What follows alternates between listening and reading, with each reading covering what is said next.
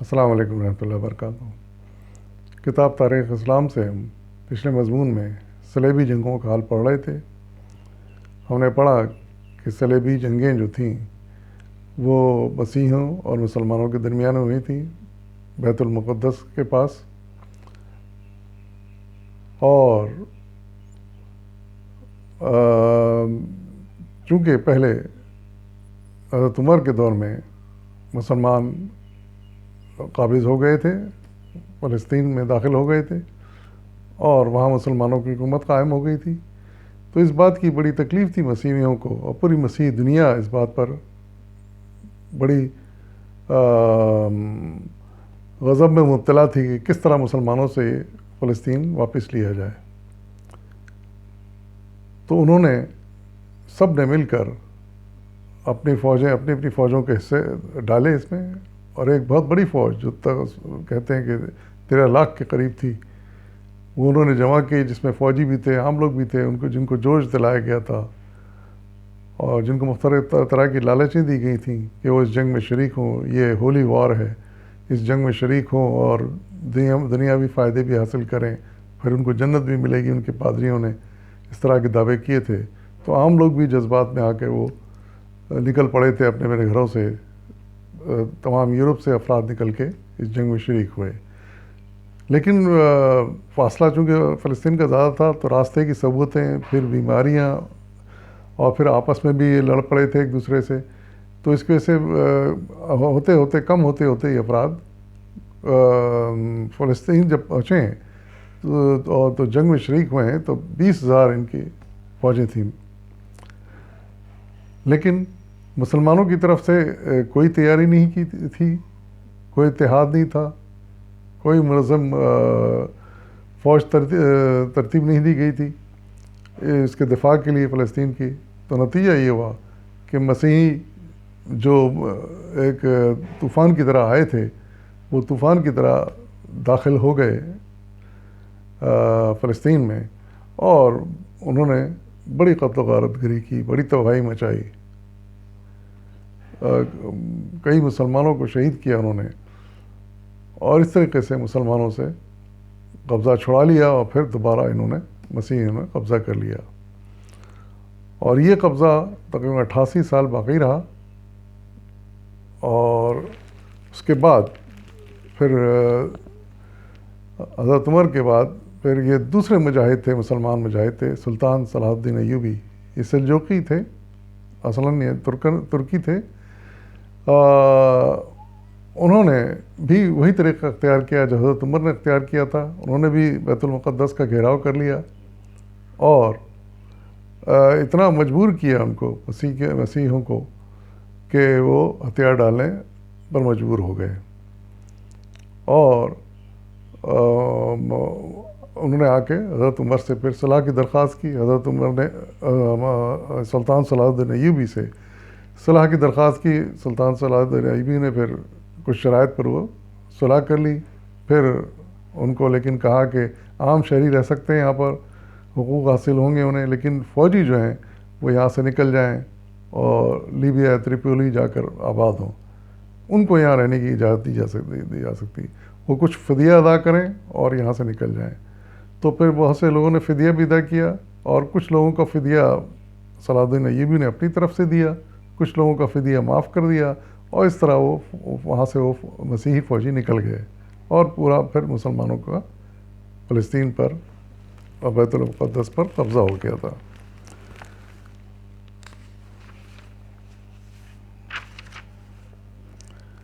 تو یہ جو پہلی صلیبی جنگ تھی جس میں کہ مسیحیوں کو فتح ملی تھی اور انہوں نے بیت المقدس پر قبضہ کر لیا تھا فلسطین پر، یہ 15 جون 1095 بمطابق 488 ہجری کو ہوئی تھی۔ اس میں عیسائی فاتح ہوئے تھے اور انہوں نے بیت المقدس کو فتح کر لیا تھا اور مسلمانوں کو نکال باہر کیا تھا، وہ بڑا ظلم زیادتی کی تھی مسلمانوں کے ساتھ۔ اس کے بعد